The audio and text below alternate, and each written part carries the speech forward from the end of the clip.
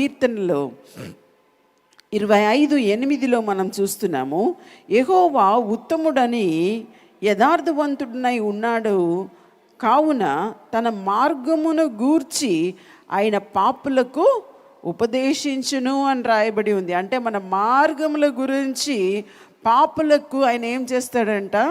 ఉపదేశిస్తాడంట. Next రాయబడి ఉంది, న్యాయ విధులను బట్టి ఆయన దీనులను నడిపించును, తన మార్గమును దీనులకు నేర్పును అని చెప్పి రాయబడి ఉంది.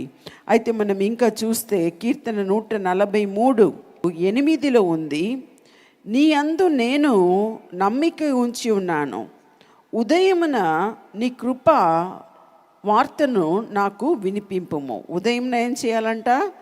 దేవుడు తన కృపా వాక్యమును మనకు వినిపిస్తాడంట. అదే నేను చెప్పాను. ఉదయమున మీరు కూర్చొని మీరు ప్రార్థన చేసినప్పుడు మీరు ఎప్పుడు లేస్తారో అది అప్పుడు. నేను టైం గురించి నేను చెప్పట్లేదు. ఆ స్టార్టింగ్ టైము మీరు దేవునికి అప్పచెప్పి మీరు ప్రార్థన చేయడం ప్రారంభిస్తే ఇక్కడ రాయబడి ఉంది, నీ యందు నేను నమ్మిక ఉంచి ఉన్నాను, ఉదయమున నీ కృపా వార్తను నాకు వినిపించుము. ఎప్పుడంట? ఉదయమున ఆయన కృపా వాక్యమును మనకు వినిపిస్తాడంట. హల్లెలూయా. ఉదయం లేవంగానే టీవీ పెట్టుకోవడం, ఉదయం లేవంగానే గొడవ పడడం, ఇవన్నీ మానేసి ఈరోజు నుండి ఒక అలవాటు చేసుకోండి. బైబిల్ చదువుతారా? చదవండి. కానీ దానికన్నా కొంచెంసేపు వర్షిప్ చేసి ఆరాధన చేసి దేవుణ్ణి స్తుతించి తర్వాత వాక్యంను మీరు ఎప్పుడు చదువుతారో చదివి మీరు దేవుణ్ణి ఆరాధించినప్పుడు తప్పకుండా దేవుడు ఆ వాక్యము ద్వారా మీతో మాట్లాడతాడండి. హల్లెలూయా, హల్లెలూయా.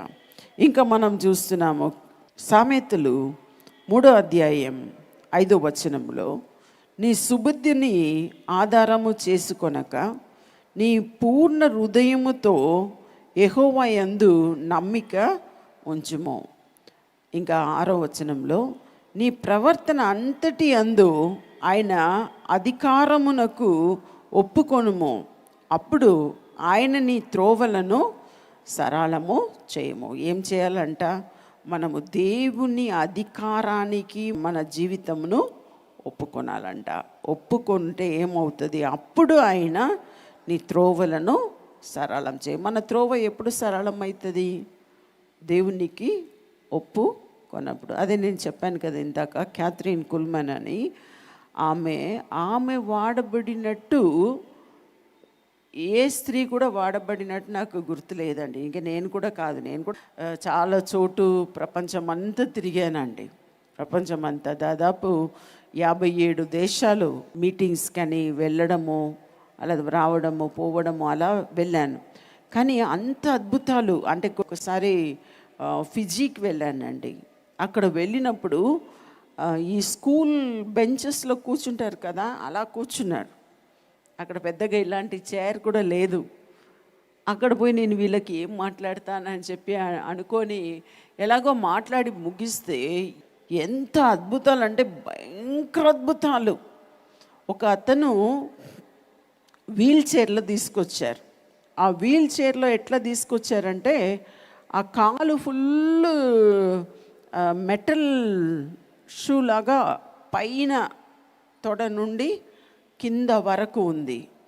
మళ్ళీ ఈ 2 చేతులు కూడా ఏదో స్క్రూ వేసి ఏదో ఇది ఇలాగా వేసారు మొత్తం. ఇంకా మెడకు ఫుల్ ఏదో పట్టీలాగా వేశారు స్టీల్లో. మొత్తం ఈ మెడ నుండి కింద కాళ్ళు వరకు కూడా నడవలేని ఒక బాబు, ఒక 13-14 వయసు ఉంటుంది. సడన్గా నాకు ఒక విశ్వాసం వచ్చింది. నేను స్టేజ్ నుండి దిగి కిందికి పోయి ఆయనను చూసి అడిగాను, do you want to walk అని అడిగాను. వెంటనే ఆ అబ్బాయి అన్నాడు ఎస్ అన్నాడు. వెంటనే కొంచెం హిందీ ఇంగ్లీష్ అన్నీ మిక్స్ చేసి మాట్లాడుతున్నారు. నేను వెంటనే అన్నాను, ఈ స్క్రూలు ఇవన్నీ విప్పండి అన్నాను. ఆ స్క్రూలు అన్నీ విప్పితే అందరూ పడిపోతాడు కింద అన్నా. నేను విప్పండి అన్నాను. అప్పుడు ఆ విశ్వాసం ఎలా వచ్చిందో నాకు తెలియదు. విప్పారు చూడాలి. అట్లా ఆ బాడీలో నుండి ఎముకలు సౌండ్ బయట వినబడుతుందండి. టక టక టక టక టక టక అని, కటకట కటకట అని సౌండ్ వస్తుంది. ఆ కాళ్ళు అంత అతుకుపోతుంది, స్ట్రైట్ అయిపోతుంది, వంకరగా ఉన్నది ఇట్లా అయిపోతుంది, అట్లా అయిపోతుంది.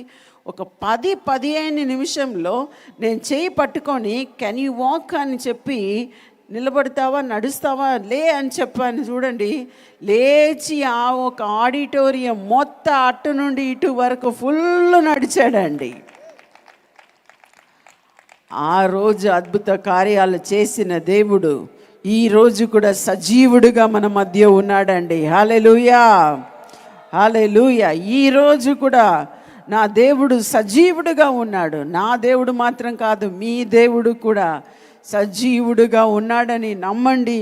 మీ జీవితంలో కూడా దేవుడు అద్భుత కార్యములను, ఆశ్చర్య కార్యములను మీ జీవితంలో కూడా శరీర రీతిగా మాత్రం కాదు, అన్ని రీతిగా, మానసికంగా, ఆర్థికంగా, అన్ని రీతిగా దేవుడు తప్పకుండా మిమ్మల్ని ఆశీర్వదిస్తాడు. ఈ ప్రోగ్రాం మీకు ఆశీర్వాదకరంగా ఉన్నదని మేము నమ్ముతున్నాం. ఫస్ట్ లైక్ చేయండి, తెలిసిన వారు మీ ఫ్రెండ్స్ అందరికీ మీరు షేర్ చేయండి, తర్వాత సబ్స్క్రైబ్ చేయండి. తప్పగా ప్రభు మిమ్మల్ని దీవిస్తాడు. ఇక రాబో వీడియోను కూడా మీరు చూడండి, దీవించబడండి. ప్రభు మిమ్మల్ని దీవించును గాక. God bless you.